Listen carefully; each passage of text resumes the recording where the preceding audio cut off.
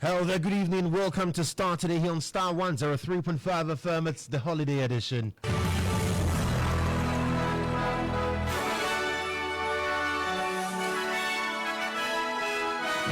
And coming up tonight, High Court to decide on Ablekuma North, 3 others on Saturday, January 4. Meanwhile, NDC PC is confident of a good outcome on Saturday. Delay is not denial, and no matter how the MPP decide to twist and turn issues, we are all privy to events. So I have no doubt that the will of the people will still stand. Yes, I've always been confident that it will be affirmed. We're hopeful. Let's see how Saturday goes. We'll wait for the ruling on Saturday.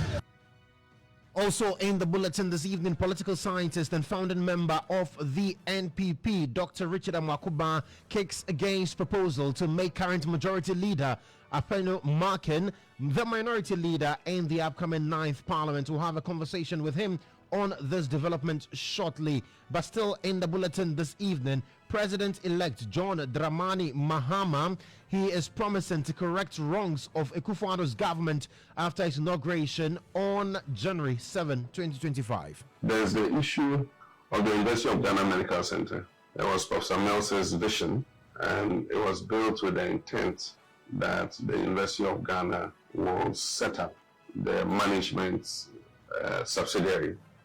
So you heard there John Dramani Mahama pledging to return management of UGMC from the Ghana Health Service to the University of Ghana. We'll have a conversation shortly. And visually impaired persons in Ghana appeal for inclusion in the use of digital financial services as they complain that people are taking advantage of their disability to steal money from their e-wallets. We've got details of these and more coming up shortly. Stay with us.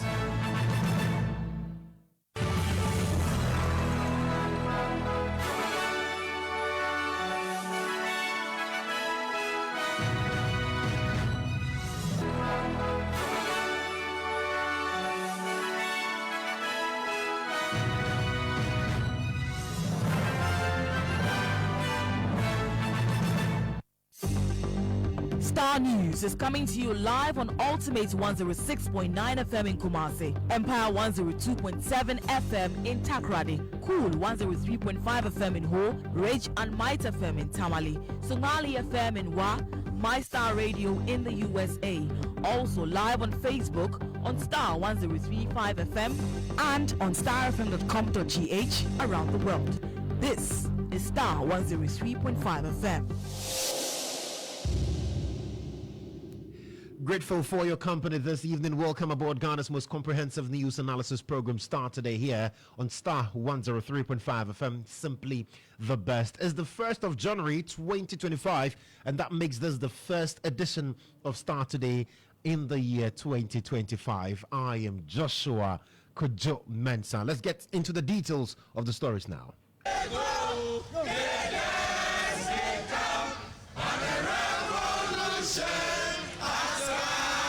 Stay, revolution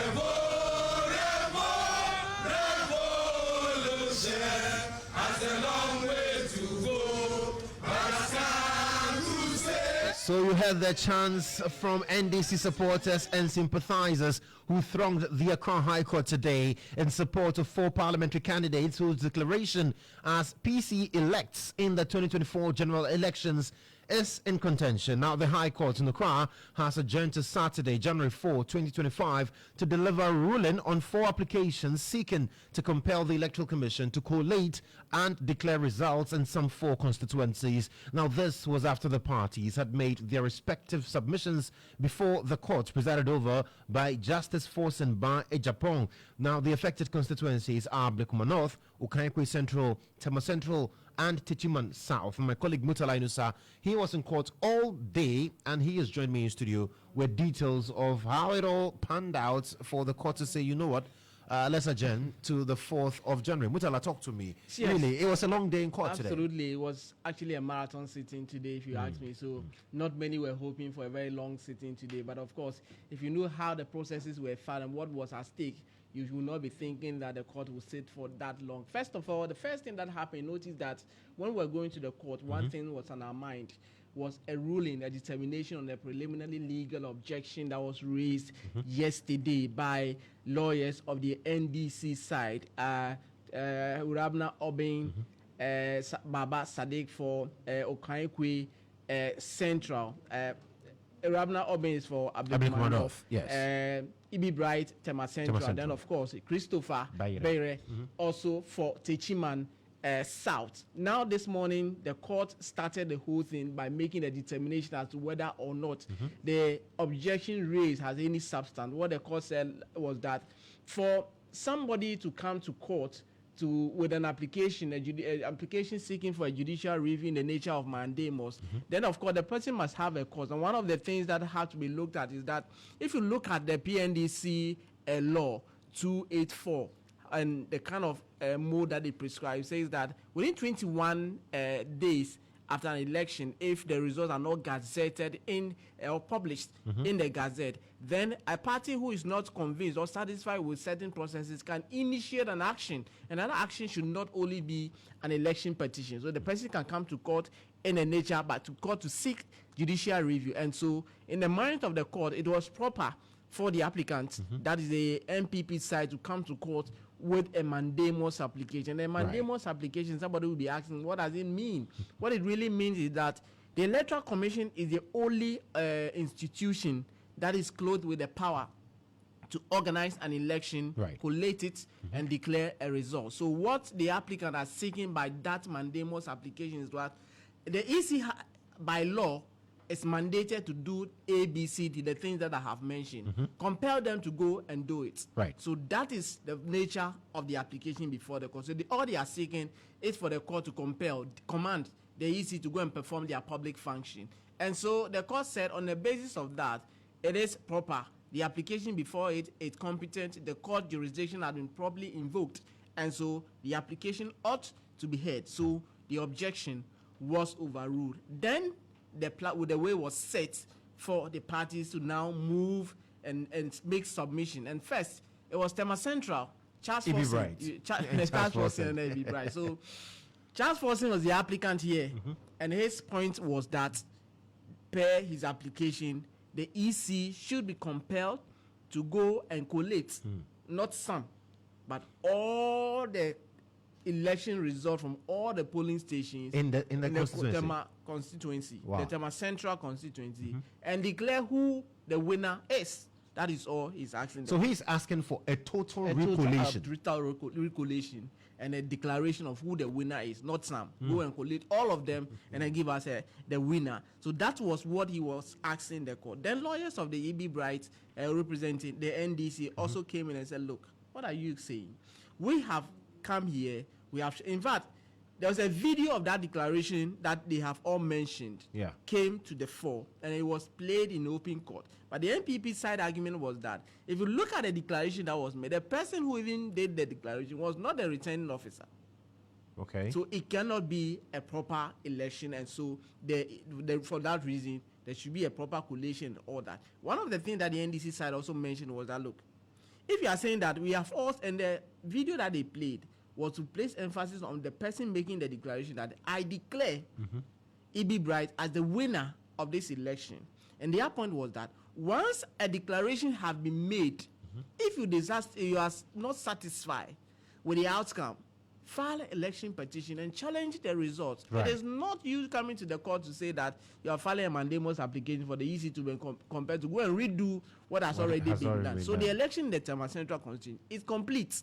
So that ended the argument. Then they moved to Okaikwe Central, where Baba Sadiq and Patrick Buama also squared up. And in fact, in relation to that, their contention was that not all the constituency election results were collated. If you look at the 141, including the special voting polling stations in that particular constituency, only one thing was accounted for, and that one thing put Baba Sadiq in the lead. But of course, they went ahead to declare the results. So their contention was that not all the results were collated and declared. So on what basis are you declaring results when we have some outstanding results that should be dealt with? But their point was that these are matters that we have already, the law stated clearly, and all the parties went through and all that. So their point was that if you disagree, the NDC's position was that if you disagree with what has been done, it is not the remedy. Do not lie on mandamus application, a compelling order for the EC to go and redo what has already been completed. So file an election petition. And let's come and challenge the adduce results. evidence and let's challenge that there. So that is the position of the Okaikwe Center. In relation to Ablekman North, Rabna Obin, and then Techiman South, very interestingly, the lawyers of the MPP, their respective candidates, associated themselves with the previous submissions that they have made and said that they rely on certainly all the authorities that they have cited to the court, all the submissions that they have made, and then allow the NDC side to also advance their argument. NDC side said that there were unique instances in relation to all the other constituents. So they also took time to point out to the court, drew the differences and the similarities to the court. And one of the things that they were saying was that for an application for mandamus to come, first of all, an aggrieved party will have to make a demand on the EC that yes, ABCD has happened, and the EC have to refuse to admit to their demand. And that basis, you have a cause to come to court by way of mandamus application to ask the EC to compel the EC. But in this particular, there is not even receipt to show that that particular demand has been. And even with the letter that they have written to the EC, they themselves made it clear by way of the relief that they are seeking that we want the EC to go and to revoke the results that has been declared. Then immediately yourself you are admitting that there has been a result that has been declared. So if you disagree with the result that has been declared, then you have to go to court for an election petition and not a mandamus application asking the EC to go and redo what it has done already. So lawyers of the NPP side also drew the court attention that that particular submission cannot hold, because if you read the document in isolation, you will not get the understanding. You have to read the whole thing in its entirety. And of course, the Electoral Commission, the referee at the center of this whole matter, point to the court was that, yes, we started an activity. We are not done. We are not complete. Give us appropriate orders for us to go and finish our business. That is the position of the Electoral Commission. So Justice Fosimba Japan listened to them and fixed Saturday, January 4, to make a determination on the mandamus application. And the issue of Tema East, is it Obuasi East? Obuasi East, yes. Is also another subject matter before the courts. So in the coming, they will bring you that particular. So that's like, how, yes, it was. The elections are over, but there's so much work. A lot are happening behind the scenes. After the elections. Interesting. So on Saturday, everybody will know his or her on Saturday level. Because you note that one of the things that the Chief Justice did was that in relation to matters that are arising from the election, the EC, the Chief Justice gave special dispensation to that and said that the court can sit on holidays, and today is a holiday. Today is a holiday. Yes, the court is sitting. Ordinarily you should be enjoying some. Absolutely. You know, in Let me just give you this funny thing. So at a point in time, the judge said, yes, it is only my wife that is allowed. Oh, when I'm sitting in the court, I will have to write and go and listen. So he just vacated it, go and answer the court, and he came back. Oh, wow. Today is holiday. So the wife will have to find out what he will be eating in the evening. So that, so that is what happened in relation to that. But we'll be engaging the parties after the court. And like you mentioned, Rabna Obin and Baba Sadiq, they were very, very optimistic about the fact that they hope that Saturday they'll hear good news. All right, so let's listen to Baba Sadiq. He is the NDC's PC for Okaikwe Central, and he's been also speaking about the outcome of today's process. Yes, I've always been confident that it will be affirmed. We're hopeful. Let's see how Saturday goes. We'll wait for the ruling on Saturday. But we're very confident that with the case that we put before the judge and the strength of the authorities we cited, I mean, this shows that this will be affirmed. Well, you can only be grateful to the courts when the decision was made. A bit surprising, but however, we are grateful to the court. And then obviously you saw how we advanced our case, which meant that we're very prepared from the get-go. And so on the basis of how we advance our case, I think that we can only expect a very good outcome on Saturday. The basis in the first place, I mean, the EC, the returning officer or the EC can't just unilaterally decide to declare just a few polling stations instead of the total polling stations. There was a particular reason. What was the particular reason? when we sat together with our opponents, together with the EC officials, and went through it police station by police stations, both of us, all of us, identified that the 31 police stations, there was a challenge. What was the challenge? The challenge was that figures had been swapped, and that was the point that we made. I have made the point severally that we don't create pink sheets. The pink sheets that's given to us is from the EC, and so there's a famous saying from our opponents where they make a case. I think it was Dr. Bawumia that said that the evidence is on the face of the pink sheet. I have a pink sheet from you as EC, and from EC, the figures on the pink sheet that you've given to me shows that I've won in 31 police stations.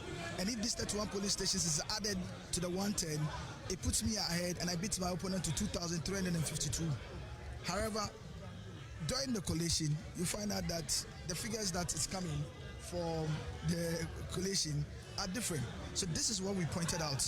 And it's surprising the stance they're taking, because my opponent's agents were in the room at the time and they had agreed. In fact, the suggestion, from what I understand, came from them. I didn't initially agree that the 31 police stations be set aside, because I knew that this was my numbers. I was going to be disadvantaged. So that's Baba Sadiq, the NDC's parliamentary candidate for Okankwe Central. Let's also go listen to Irabna Obin, who is the NDC species for Ablekuma North. And she spoke to Star News after our court today. Very optimistic about the outcome on Saturday. We are still on it. It's been adjourned to Saturday, so hopefully. And so the case is being made that they want to wait for the judgment to be delivered. The case for you. Delay is not denial. I mean, we were all in the courtroom. It's been 6 hours of sitting. And no matter how the MPP decide to twist and turn issues, we are all privy to events. So I have no doubt that the will of the people will still stand. So that's Irabna Obin speaking to the media after court proceedings today. Mutala is still here. Yes. Mutala, so Saturday, that's it. Saturday, then we'll know. You know that Parliament it's Monday. Yes, I mean, that's the eve of 7th, which is on the 6th. And they have to be in Parliament to be part of whatever processes, including the swearing-in ceremony. So as this party, from now to Saturday, a lot will be going through their mind and their constituent as well. So exactly. We'll know more Saturday. They will know where they belong, whether they are candidate-elects or they'll have to, whatever. Wait for 2028. Well, we'll get to know more on this. But Mutala, thank you so much for the job in court. And this is still Starr today on Star 103.5 FM. We'll take a quick break. When we return, we'll be talking about the politics of Parliament, because the NPP and some others, even in the NDC, are lobbying for the leadership of the minority in the 9th Parliament. I've got some interesting twist to that for you. Stay with me. Get ready for the ultimate celebration of African culture, the African Festival. 3 spectacular nights await you at the Accra International Conference Center. 2 electrifying plays by Lateef Abubakar on the 28th. Don Quixote, Africa, the 29th of December. Ghana Must Go. And 30th December, the Afro Night concert featuring the legendary Yvonne Chaka Chaka. Experience more magic as you step into the den of history. Embrace adventure with Common Rise in the desert. Marvel the iconic pyramid of Giza, Nelson Mandela capture site, explore the food festival, a world of fun for the kids and more. Dial star 714 star 70 hash or visit theafricanfestival.com to join Africa's biggest culture night at 250 cities per day or 600 cities for 3 days. Hotline 0571 900 900. The African Festival is supported by EIB Network, powered by Globe Productions. The African Festival, Africa awaits you.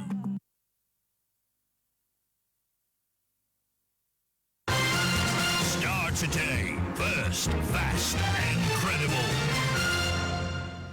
Well, let's still listen to Starr today here on Star 103.5 FM. Is the holiday edition with me, Joshua Kodjo Mensah. Now, political scientist and founding member of the NPP, Dr. Richard Amwakuba, he has kicked against proposals to make current majority leader Alexander Kwamina Afenyo Markin the minority leader in the upcoming 9th Parliament. Now, 5 days to the dissolution of the 8th Parliament, MPs and party functionaries have already intensified efforts to get their choice selected for leadership position. Now, they Women Caucus and some other MPs belonging to the MPP are pushing for Alexander Kwabena Penyumakin to be made minority leader. Starr News gathers that the lobbying for leadership positions is not only limited to the NPP. Now, the NDC side are also engaged in lobbying. Parliamentary Affairs correspondent Ibrahim Al-Hassan has been breaking it down for us. It's a groundswell support, or call it crusade, for his retention as leader of the MPP caucus. So, interestingly, this was started by Ahmed Ibrahim, the deputy minority chief whip and MP for Banda, who said that Afeno is a boom opposition leader. And even though, according to him, he performed abysmally as majority leader, the best portfolio for him next would be minority leader. Because with this micro minority that the NPP will have in the 9th Parliament, he could best put the NDC on his toes. I'm quoting the radical type of leader. Yes, the Chubui kind of from opposition. Yes. Whenever NPP is in opposition, it gives the front bench, leadership of the front bench role to the Ashanti region. Now, the Ashanti region is weakened. Yeah. The Ashanti region caucus of the NPP is very weak. In fact, there's just one name that comes up, and that's Kwame Nimedu Entry. That's the member of parliament for Asante Atim Central. So back to the point I was making. So aside Joseph Osewusu, then there were the chairman of the parliamentary select committees, all the committees. The chairman came and said, Afenu must be maintained, leadership of the front bench must not change. And then yesterday, it was the women caucus. Yeah. But there are names that have come up. Kodjo Nkrumah's name has come up strongly as a candidate to be minority leader. And then we also have Dominic Nitiwu, member of parliament for Bimbala, outgoing defense minister, and I mentioned Kwame Nimedu Entry as well. Yes. So now you wonder when the NPP will be taking that decision. Tomorrow. Oh, really? The National Council is meeting tomorrow. And they are going to vote. By voting? Yes, they will vote. They will vote on the names that will come out. Exactly. They will vote. And so by the end of tomorrow, we will know as whether the front bench is being maintained or they will be reshuffling. Well, so by the end of tomorrow, we'll get to know, but the lobbying is already ongoing. Let's get on the phone lines now and speak to a founding member of the NPP, Dr. Richard Amwakoban. Doc, Happy New Year to you and welcome to Starr today. Happy New Year to you too. Great. So, right. I mean, you say you're not in the support of the proposal by some MPs for the current majority leader to be retained as minority leader in the 9th Parliament. Exactly what's your reason for that? First of all, you cannot be majority leader and immediately becomes apply or canvas for minority leader too. Because as majority leader, you are the leader of the majority party.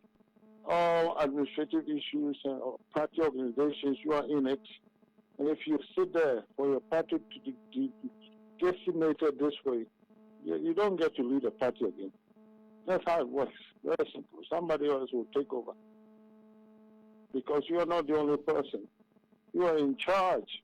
That's what they fail to see. You are in charge, not just for your own seat, but you are the one who sees to that all the other party members in the parliament are well taken care of and things are going well. They are not used to see to it that they are fixed. You are also in government. How did you sit down for this thing to happen? That's the question. So for you, retaining him will be like rewarding him for what is an abysmal performance of the party. Exactly. That's exactly how it is. Because if you are a minority party, it means you are in the opposition. And when you work hard for your party to become the majority party, you become a majority leader. You understand? You are promoted. And this one, you are sitting in a majority party, you've been demoted, and you still want to be in charge. No, it doesn't work that way. You don't understand it. And so what do you make of the numerous calls for the party to maintain him as leader of the minority caucus? Because we've not only heard from MPs from the MPP side, MPs for the NDC side are also saying that, well, Penyumakin should be allowed to lead the minority. Oh, don't listen to them. It's your issue, not them. No, this is not for the majority to decide. The majority does not necessarily have the interest of the minority at heart. So that is irrelevant. It's what your party wants and what to help the party push it forward. You see, the ideas you brought to bear obviously didn't work. This is why you did so abysmally. And for you to come back again and say you want to lead, what are you going to do different now? How are you going to do it? So tell us what you're going to do. What happened? You have to do forensic audit of the party, of what happened to you to be in this position. And when you do all of it, you mean you are in Parliament and you didn't hear anything that was going on against the party, so that you didn't make any changes to fix the problems, listen to people, talk to the president. So what are you going to do now that will be different from before? What? That's the problem. We see this is what's going on. It is the president who came to the parliamentarians and said he wants a federal marking for whatever reasons. Right. I have my own reasons. But it shouldn't be like that. It is you, the parliamentarians, who are with him in the parliament, who knows his performance, how he cares for people, he works hard, asking questions all the time, see to it that the party is moving forward, united. You didn't do all of this and you lost this way, and then you still want to be in charge. Why? So you just want to retain your own seat. If you win your own seat, you haven't done anything. And this happens all the time. Look at UK Parliament. Look at them. This is obvious. Nobody will tell you if you don't perform, your party doesn't perform, you are going opposition, and you will not come back again as party leader. No, you won't. They will get somebody else. You are not the only person in the party who can fill that slot. And so, if not upon your marking, who? Because names have already been bundled around. Kodjo Nkrumah has been mentioned among others. So, for you, looking at the nature of the party currently in Parliament and the numbers they have, who do you think sits well in terms of being able to steer the affairs of the minority? Well, I'm not very sure because I don't know the parliamentarians very well. But for me, in my book, anyone who was in a position of authority, upon Nkrumah, Mensah, this and that, you are part of the leadership, and they should not allow him to come either. All the leaders should have performed a lot better. At least stand the bell, warning, is going bad. Nobody did that. They all followed the president into the abyss. And so for me, any person like that is not credible. There are so many others who can do the job if they are given the chance. One person comes to mind, Santiago, same MP, but he lost. And the Apiakubi? Yes. He lost because the president opposed him. He campaigned against him. And they all be ashamed of themselves for that to happen. He is going now. What are you going to do? Go and call the president back again? You see, but he's gone, so I can't say this one or that one. But for sure, there are some people in there who can do a lot better job. If the leaders became arrogant, they don't listen to anyone. They do what they want. And this is the results. And so, yes, it should change the leadership. But I don't think anybody who was in a position of authority should be allowed to come now. Bring somebody else. For them to know that they are not the only people in the party. There are others who are equally good. You see, they behave as if they don't do it, nobody can do it. There was a serious charge level against Afenyo Mark. The former Chief Justice accused him of ballot stuffing. You understand? They accused him of criminality, actually. Now, nobody talked about it. It's like it's gone. But I still remember, I will not go away just like that. No. Such a person with an accusation and nothing is done about it, no investigation, nothing. No, it doesn't work that way. And then overall, look at what Parliament has done. They should point out to us what the achievements are. They should tell us. Last year, what was the achievement of the majority party? SDP was in majority. What was the achievement? You should tell us. They have driven the country into abysmal level of performance, drowning in debt. You want to do it again? No. Anybody in a position of authority who could have spoken to the president to make a difference should not be allowed to come back again. No, there are other people there who can do the job. Right. Well, thank you. Thank you so much, because we know that the party would be deliberating on this, and hopefully tomorrow we'll get to know the decision that will be taken. And after that, we can have further conversations on how that will impact on the minority in Parliament going forward. But thank you for your time this evening. Thank you, too. So that's Dr. Richard Amwakuba. He's a founding member of the NPP, also a political scientist, speaking to us on the lobbying for Alexander Kwabena Apenyo-Markin to be leader of the minority caucus in the 9th Parliament. He clearly does not believe that is the right decision to take. He says that, well, any person who served in leadership in terms of ministerial positions, deputy ministerial positions, and as an MP, clearly does not qualify to lead the minority. So people like Kodjo Ponkuma, whose names have been bundled around, he says, well, that's a wrong choice as well. And he would have gone for Andy Appiah-Kubi. Unfortunately, Andy Appiah-Kubi lost his election and could not become a part of the 9th Parliament. And now he says that is also because the president campaigned against Andy Appiah-Kubi. This is Starr today here on Starr 103.5 FM. Now, let's talk about the year 2025. Today is the 1st of January. President Nana Addo Dankwa Akufo-Addo is urging citizens to be optimistic about the new year. Now, the outgoing president believes the systems and policies instituted by his administration will propel the country to prosperity. According to him, a renewed spirit among citizens is crucial for development. Listen to his last New Year address. Seen our healthcare system strengthened, our roads expanded, our industry strengthened, our agriculture revitalized, and our digital landscape transformed. Our economy is rebounding impressively, as demonstrated by the remarkable 7.2% growth achieved in the third quarter of 2024, with the year's growth rate projected at 6.8%. These achievements are not just numbers or statistics. They are stories of lives changed and futures made brighter. As we step into 2025, I encourage us all to hold on to the hope that's carried us this far. This is a time for new dreams and renewed commitment. Let us embrace the opportunities that lie before us, driven by the belief that our best days are still ahead. Ghana's story is not about her leaders, it's about her people. Each of us has a role to play in building the nation we envision.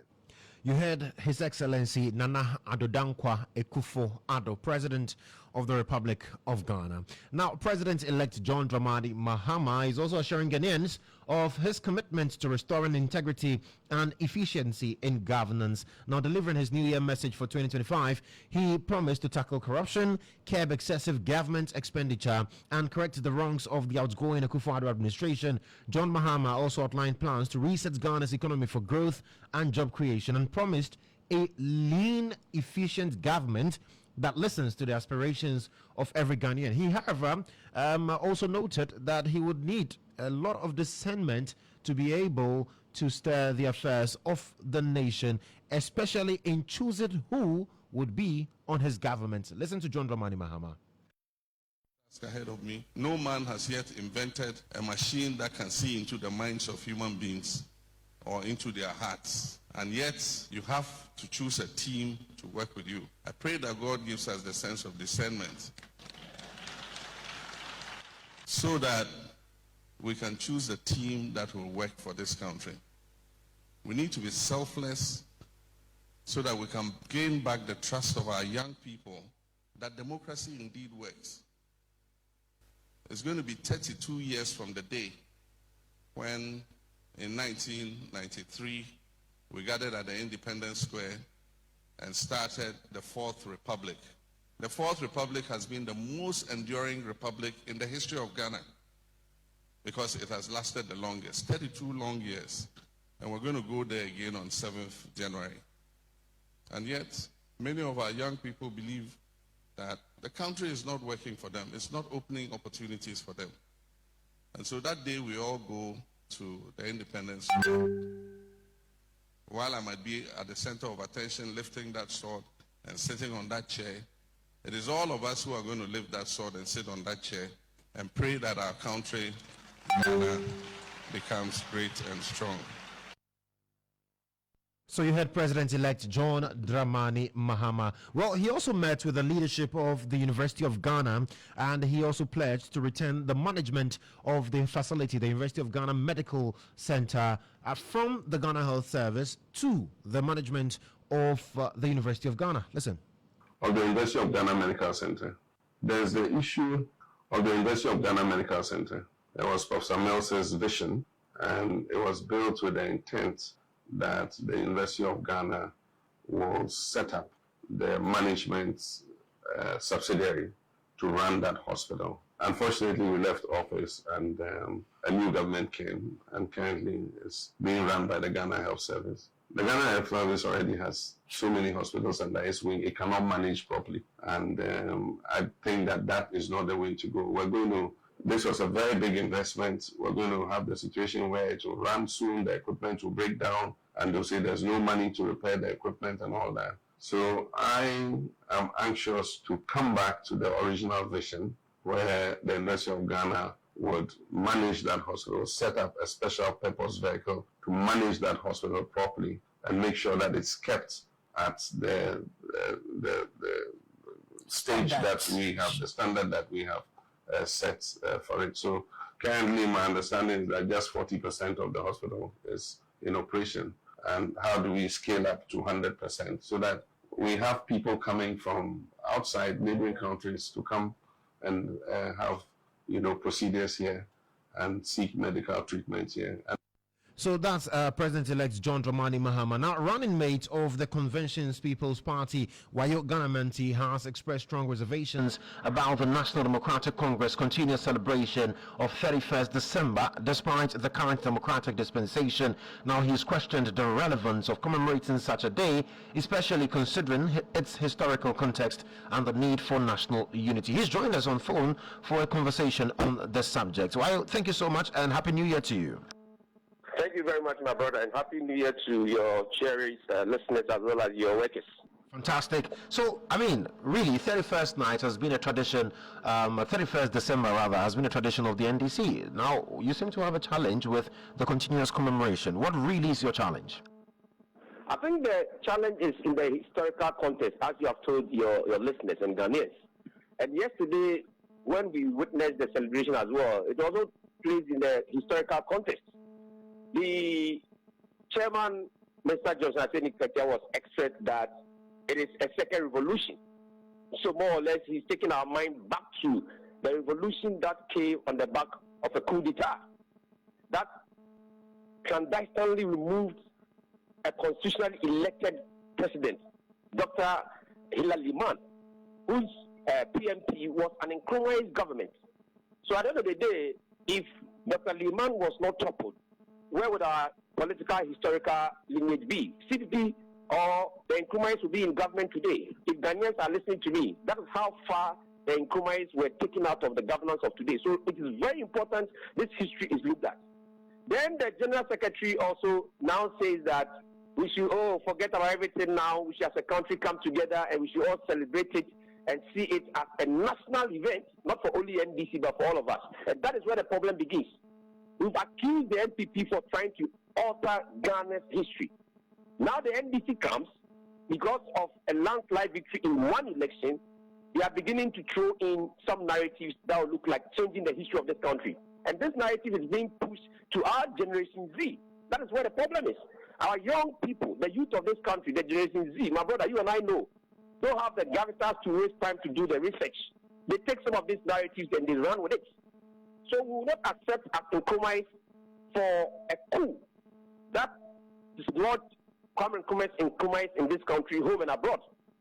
And then stand there for the NDC to think that they are coming to throw it in. Then all of a sudden we see that it sneaks in and become another of the day that we are going to celebrate 31st December. We cannot celebrate 31st December. Anyway, it is their program.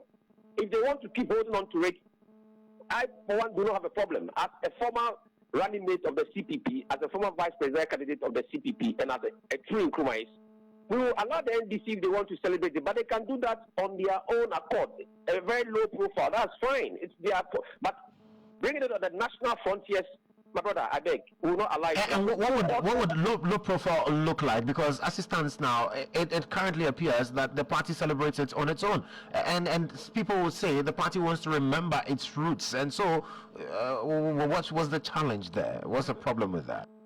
You see, remembrance of events must be one that must be on the foundation, on the back of something we can be proud of.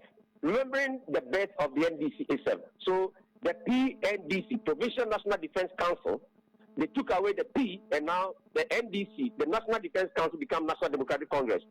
I mean, they shouldn't even be proud about the birth, because, like I've said, if you look at the historical context that Mr. Johnson Katia and then Mr. Fiki Kwete tried to place the concept, then it defeats the purpose, because you came to overthrow a constitutionally elected government. So what is this? So what's so proud about you coming to celebrate a coup d'etat that overthrew a government? So now let me ask you: if somebody wakes up tomorrow and after President Mahama has been placed there, somebody comes to you, and I'm not calling for that. Somebody comes to overthrow President Mahama. Is the NDC going to say they'll be happy about that? So we cannot be celebrating coups. That's what I'm trying to say. We've been allowing it to happen, but for them to now take the country on the trajectory, because it's now coming to the national frontiers. The very fact that Mr. Fifi Kwete, one of the top brass of the NDC, is now saying that, and I can't quote, but I can paraphrase some of his statements, that we should move away from that narrative, because it's beginning to be like some people are seen as the evil guys and some other guys are the good guys. And there are some good MPP people, and now he wishes those people will take hold of the MPP, and then the country will have NDC, NPP to rule. All those narratives is beginning to say that, well, you want to appreciate your best. But the Nkrumahs we want to say that we will not agree for that narrative to even sink, because it is now being pushed, and it's going to be pushed towards our Generation Z. And we all know that Generation Z, because you and I know that, yes, I mean, even in their own education today, SS and then university set up, you get to see that, yes, they will do what they have to do, but I'm telling you about when it comes to such historical records. There was a time my daughter wanted to challenge me that Kwame Nkrumah, because of the narrative that was pushed.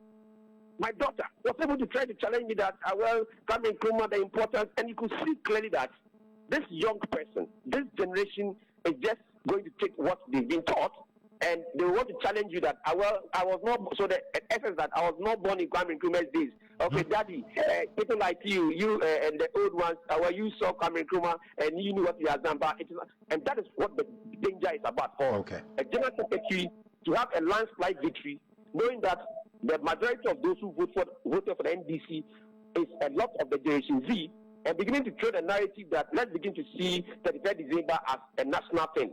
And he was expressed that the 33rd December event was a national event, and we disagree that it's not a national event. Conspicuously, the president-elect was not there, and the president-elect himself, last 21st September, in Nkrumah's Day, he went to Nkrofo, one of the areas in the Western region, and said he will restore Nkrumah's name into the history of this country. Now, if you are restoring Nkrumah's name into the history of this country, Dr. Hilary Liman came on the back of the PMP. The PMP was just an assemblage of the Nkrumahs, because at that time CPP was banned from Ghana's political landscape. So the PMP just represented the CPP. Now, if the president-elect wants to restore Kwame Nkrumah's name, and one of the things you'll be going about celebrating is when you came to topple a government that was on the back of Kwame Nkrumah's lineage and underpinnings, then it's like the sycophancy is too much. So we are saying clearly that the fact that the president-elect was not there, to me, it was a good move. The president was not there. So the top brass of the NDC today, they should be very clear and understand that sometimes the signals are clear. Why wouldn't the president-elect be part of a very auspicious, a very important program? The president was not there. That was a smart move. Right. And I was saluting the president, smart move. The president knows that this celebration, fine, is part of our lineage, but in our democratic discourse, are we to celebrate it? Because the moment we say we are celebrating it, my brother, we are celebrating coup. We are celebrating the desire for people to come with the barrel of the gun to come and topple constitutionally elected regimes. And I don't think it's right. I mean, Kumai does not accept that. Well, thank you so much for speaking with us this evening. That's Wayo Ganamanti. He is the 2024 running mate to the flag bearer of the Convention People's Party. Now, Ghana's fast-growing mobile money and electronic transaction space is achieving significant successes, fostering financial inclusion in the country. Now, from the most remote village, people can send and receive money on their mobile phone wallets across networks, make payments, do banking transactions, request loans, and buy insurance from their mobile phones. Now, while this is impressive, the visually impaired community faces frustrating barriers, effectively excluding them from active participation in the use of these financial services. The blind community tells stories of how their monies got stolen after giving their PIN codes to persons they trusted to assist them make transactions. And in the following feature, Ultimate FM's Ivan Heathcote Fumador explores how the visually impaired community is grappling with this challenge and how industry players are responding. Selected. All. Tab. 1 of 2. Setting. Search. Button. Take the talkback. The speech software on the phone.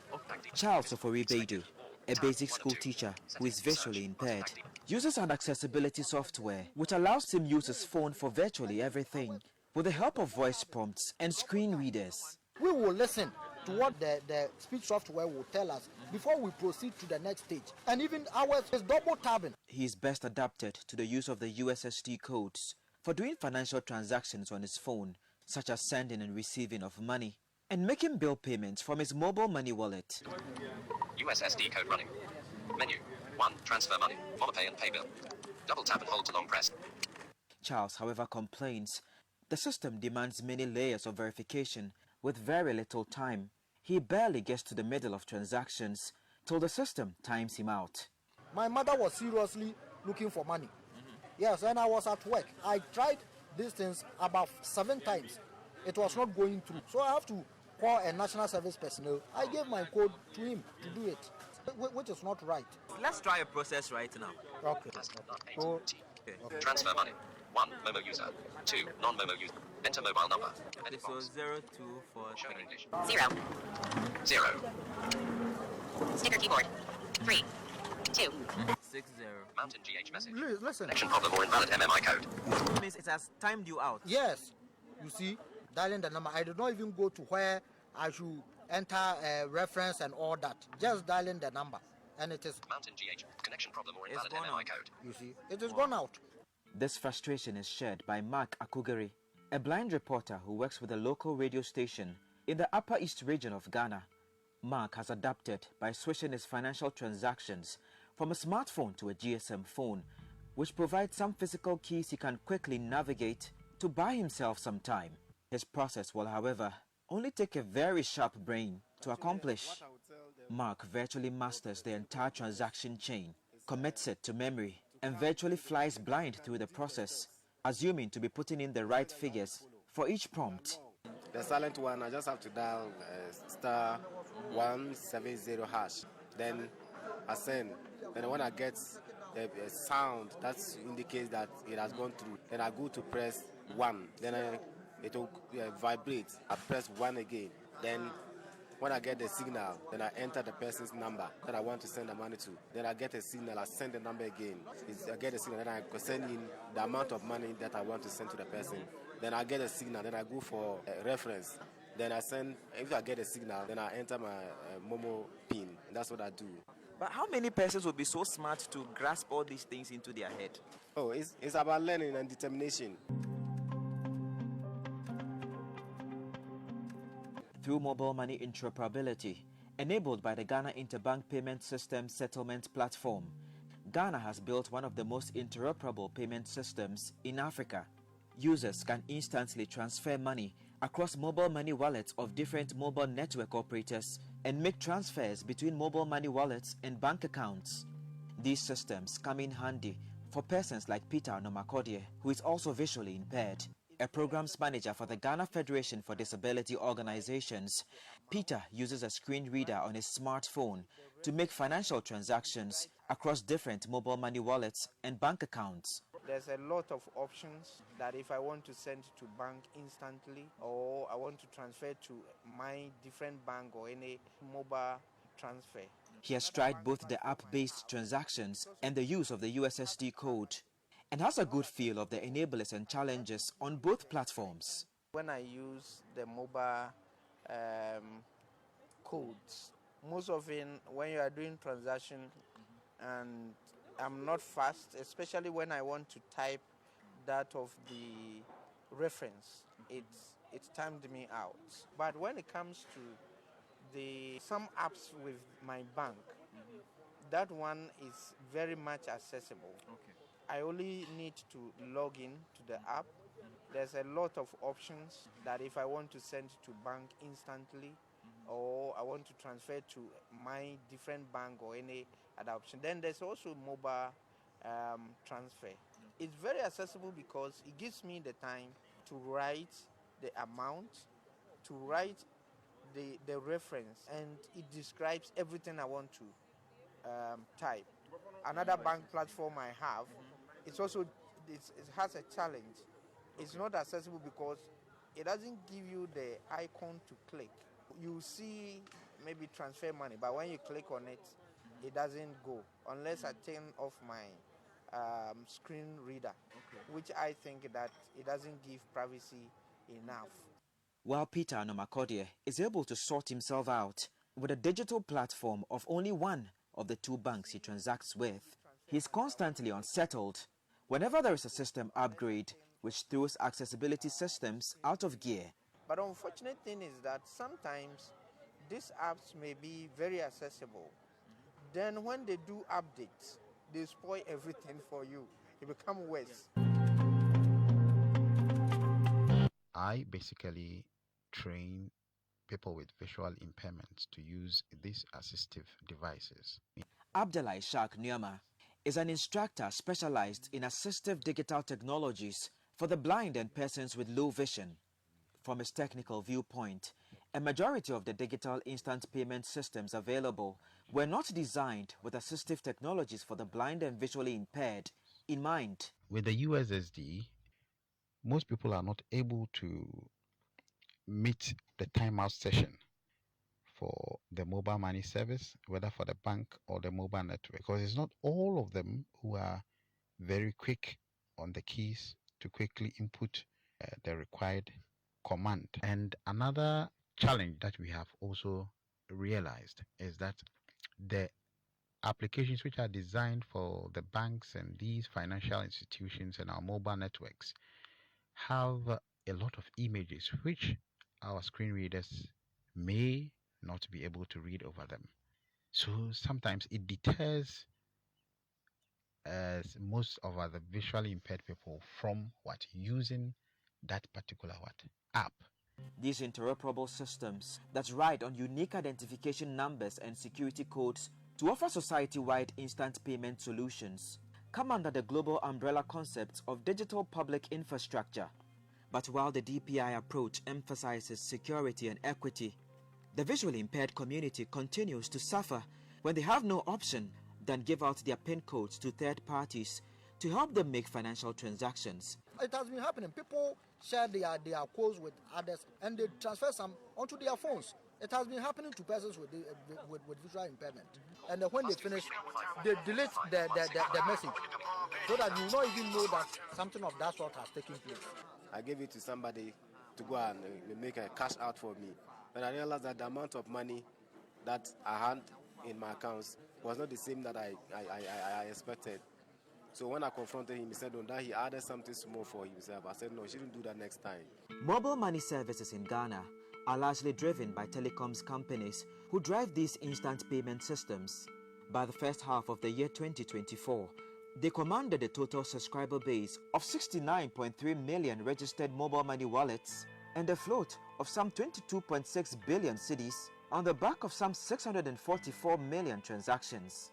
Today, they are working with host banks and financial service providers to offer a myriad of services including utility bill payments, cash transfers, settlements of fees and subscriptions, insurance, remittances and loans. At the back of all of that, critically at the back of all of that, Chief Executive Officer of the Ghana Telecoms Chamber, Engineer Dr. Ken Ashigbe, says his outfit has identified the challenge robbing the visually impaired of their freedom in using the mobile money platforms. Like you take a typical mobile money, you need to have a PIN, and then it means you have to enter it into something.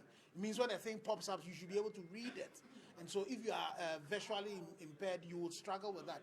If you are like my grandmother Dubavi or Wenayono, for example, who cannot read, then you will struggle with that. So we need to make this a lot more inclusive. We need to ensure that the language that is used is the language, the local language of the people. And so these are the challenges that exist.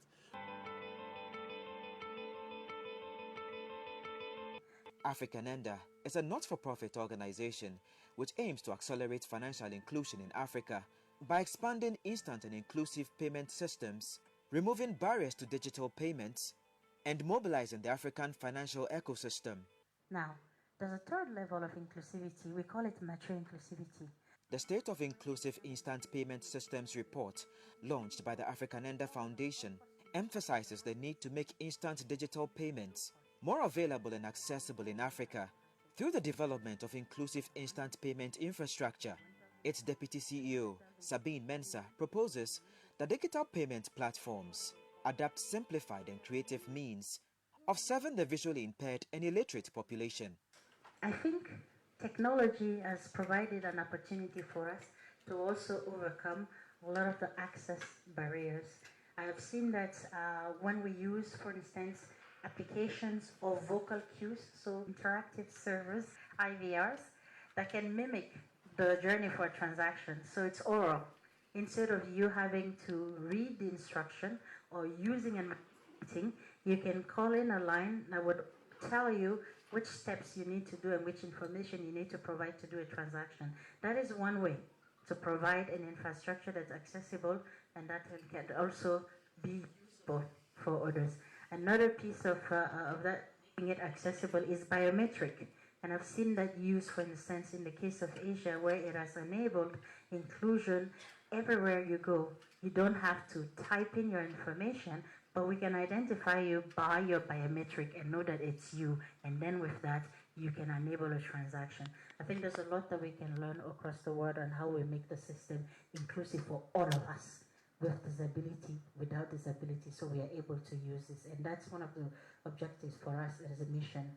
Chief Executive Officer of the Ghana Telecoms Chamber, Engineer Dr. Ken Ashigbe, is optimistic there is a technical way out of the exclusion, one he says companies in the chamber are open to. If we're going to be able to deal with these challenges, we have to do it on the digital platform. So we need to find a way of moving our people from the USSD platform onto the digital platform so that you're not dialing a code, but it is the fact that you are seeing a picture somewhere, you're able to put your hand on something and then it will take your biometrics. You are able to speak to the device and then it speaks back to you. It's able to identify your voice, identify your face, other biometrics, and then you're able to do the transaction so that then the people can do it in their privacy. We need to be able to develop solutions to enable them to be able to do all of this. Abdallah Ishaq Nyama is positive, bridging the critical gap between the instant payment systems developer and assistive development experts like himself could smoothen out the plane and allow a more independent access for the blind. And my recommendations are that there should be more and more, one, voice assisting services. Secondly, there is what we call the OCR, the optical character recognition, which will help these apps to have the buttons and images which are not accessible be accessible to persons with disabilities. The next thing I think they can design the software and have a button where you can switch to only text so that they wouldn't have any interruptions from these pictures which make things very difficult for them to access these sites or applications. As this dialogue between the industry players and the tech community lingers, visually impaired persons like Charles Ofori Beidou and Peter Nomakodie would have to grapple with the frustration and insecurity encountered on payment systems that do not know or recognize them. I think now there are two things. It's either they expand the time, the duration, or they take some of the layers out so that it will shorten the whole process. What I would tell them, the telecom operators, is they are long processes. So if they can reduce it, make it simple, that will help a lot of us. Those developers need to test with those screen readers to make sure it's accessible and also make sure you are able to change the font size. This will help the low vision or the partially sighted to be able to read. If they don't do any accessibility test, then it means that this challenge will continue. Maybe their plea will hasten the development of the solutions. This report is produced under the Digital Public Infrastructure Africa Journalism Fellowship Program of the Media Foundation for West Africa and co-develop. For Star News, Ivan Heathcote Fumado, Ultimate FM, Kumasi.